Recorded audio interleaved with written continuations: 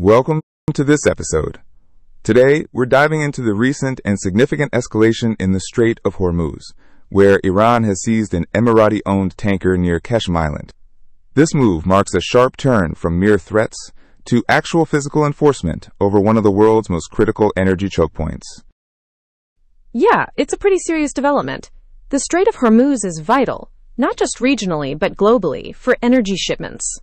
Iran's insistence on what they call required coordination for transit, and then going ahead to seize a vessel that supposedly didn't comply, that's a clear effort to impose new rules unilaterally. This is no longer aligned with accepted maritime norms. Exactly, and this tanker incident isn't an isolated flare-up. It's part of a larger Iranian strategic shift. After a period mainly defensive, Iran's Revolutionary Guards have been rearming aggressively, accelerating missile and drone production, and consolidating advisory roles across multiple hotspots: Iraq, Yemen, Lebanon. This points to a more offensive, multi-front posture. And on the Lebanon front especially, Iran is pretty open about its role managing Hezbollah's operations against Israel. They frame Hezbollah's fight as part of a wider regional campaign, emphasizing their proxy network's significance. So the tanker capture is one piece of a bigger layered escalation. Right, and in Gaza, the dynamic is equally complicated. Israel insists Hamas must be fully disarmed before reconstruction efforts can begin. This makes for prolonged tensions there, tied into the broader regional volatility fueled by Iranian-backed proxies and military investments. This interconnected pressure is really straining the region. Iran's missile and drone capabilities aren't just defensive systems. They dramatically multiply its force projection. They make proxy engagements more effective and give Tehran several strategic levers against Israel and Gulf states. Moving to the U.S. side, President Trump's rhetoric has escalated sharply. Posting a map labeling the Strait of Hormuz as new U.S. territory is a provocative move. While largely symbolic and legally ambiguous, it signals a possible future push to assert territorial claims over this crucial waterway. That's a major point. Under international maritime law, the Strait of Hormuz is a recognized international strait with freedom of passage. Unilateral claims by the U.S. could unsettle this framework, escalate tensions with Gulf partners like the UAE, and complicate any diplomatic solutions. It's a kind of legal military signaling with significant geopolitical risks. And that signaling is reinforced by ongoing military maneuvers.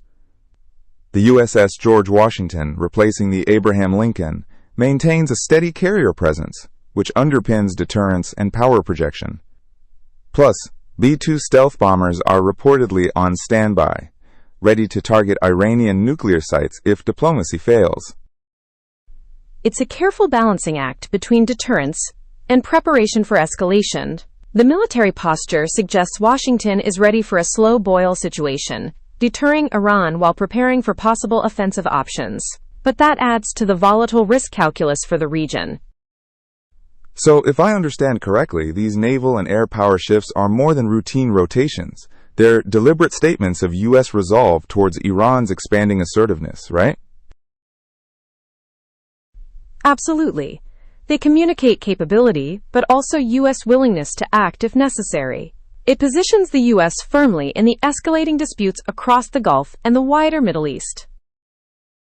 Now, shifting gears to a different angle, there's this insightful analysis from David Charles Osborne, who interprets these events through a theological lens. He urges the listener to see Israel not just as a geopolitical actor, but as central to a broader spiritual contest, a litmus test for the nations and for the Church's response. Yes, Osborne's perspective is that God's sovereignty transcends these immediate crises, whether tanker seizures, B-2 deployments, or territorial claims. He calls for prayerful discernment and faithful support for Israel rather than reactive panic. That's an important point. While the military and legal aspects are complex and fraught, Osborne reminds us that these tensions fit into a larger historical and spiritual framework. He suggests watching, praying, and standing with the people chosen in this ongoing conflict between earthly kingdoms and divine purposes. It adds depth to our understanding, beyond the conventional strategic calculus.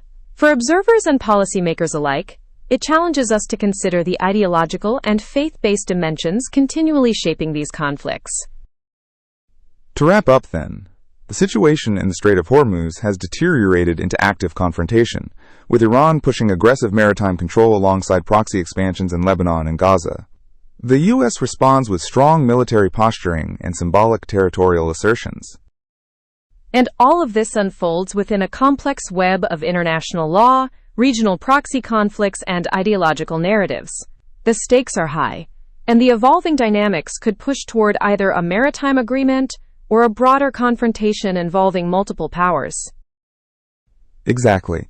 For experts following the region, it's crucial to track the interplay of military readiness, legal shifts, proxy warfare, and these deeper ideological flows. They're all part of the same strategic picture. Yeah, listeners should keep an eye on how these layers develop, because what seems like isolated incidents, like a tanker seizure, actually speak to a wide-ranging, multidimensional crisis. Thanks for joining this discussion. We'll keep following these developments closely. Definitely. Until next time.